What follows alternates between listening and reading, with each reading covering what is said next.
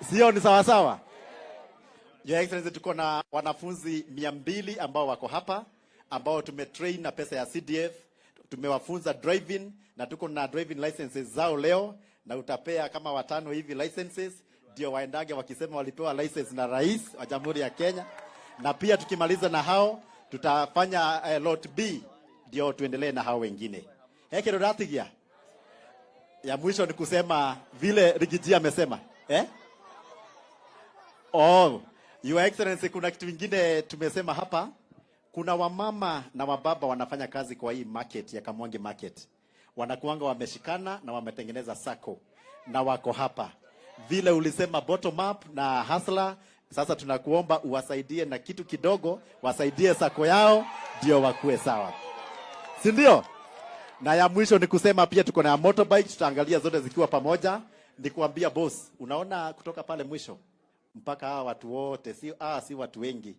Mimi na dilingi na wao wakiwa wadogo, lakini juu rais wa Jamhuri ya Kenya yuko hapa. The first president of the Republic of Kenya to be in Kamwangi. Ni ukweli? Tunaomba hii Kamwangi yote kusikue na butchery, itabaki na nyama. Kwa sababu uko hapa. Sio ni ukweli? Hapo ni sawa? Nisisikie watu wanakula githeri leo. Hapa kuna rais na kuna deputy president. Na pia tuko na Ishongo rafiki yangu, na maneno itakuwa sawa. Kwa hayo mengi na machache, asanteni sana.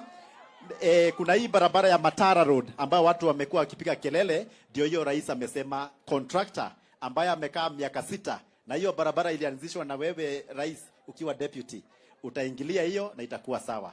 Na Mwenyezi Mungu awabariki sana. Ngedhu na Kamakwa tunakumbuka hizo. Mbarikiwe sana, na rais akienda msiende juu ananiatia maneno.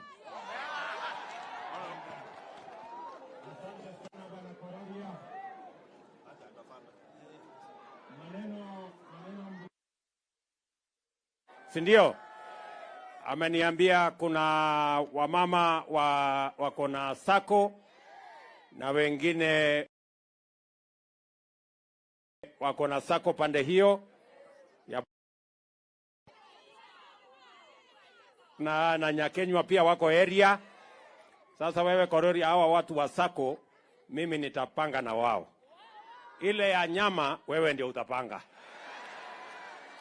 Sisi tunagawana kazi 50-50. Bas mimi nitakuachia shilingi 2,000,000 ya watu wa sako. Ile ya nyama wewe utatafuta. Na ukitafuta ya nyama usinisahau. Si ndio? Alafu pia tulikubaliana na hawa viongozi wenu ya kwamba mambo ya maji. Si ndio? Hapa Karemenu. Mimi najua hapo Karemenu kuna watu ambao hawajalipwa pesa yao. Na nimekubali ya kwamba hawa watu tutawatafutia pesa yao kabla ya El Nino kuwafukuza.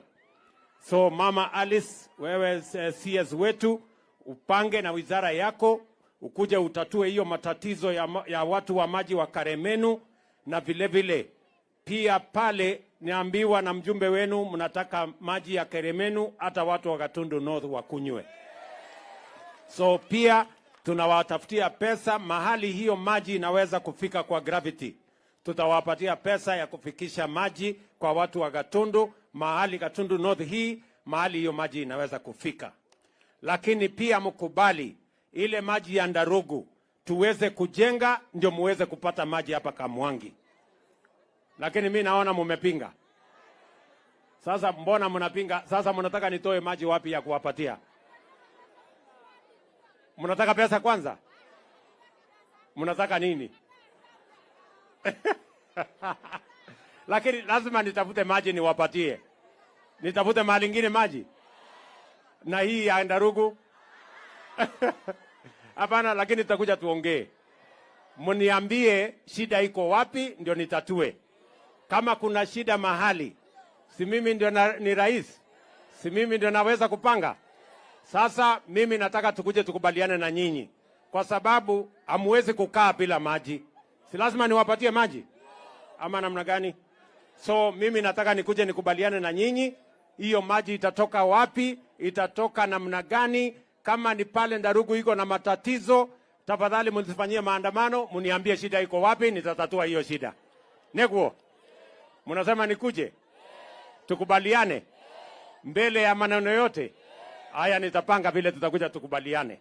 Neguo, lakini si lazima tutoe maji. Jameni, mkunywe maji, hiyo ni mzuri, mkunywe maji na tutapanga vizuri. So tumekubaliana mambo ya Ndarugu na maji, tumekubaliana mambo ya Karemenu na maji.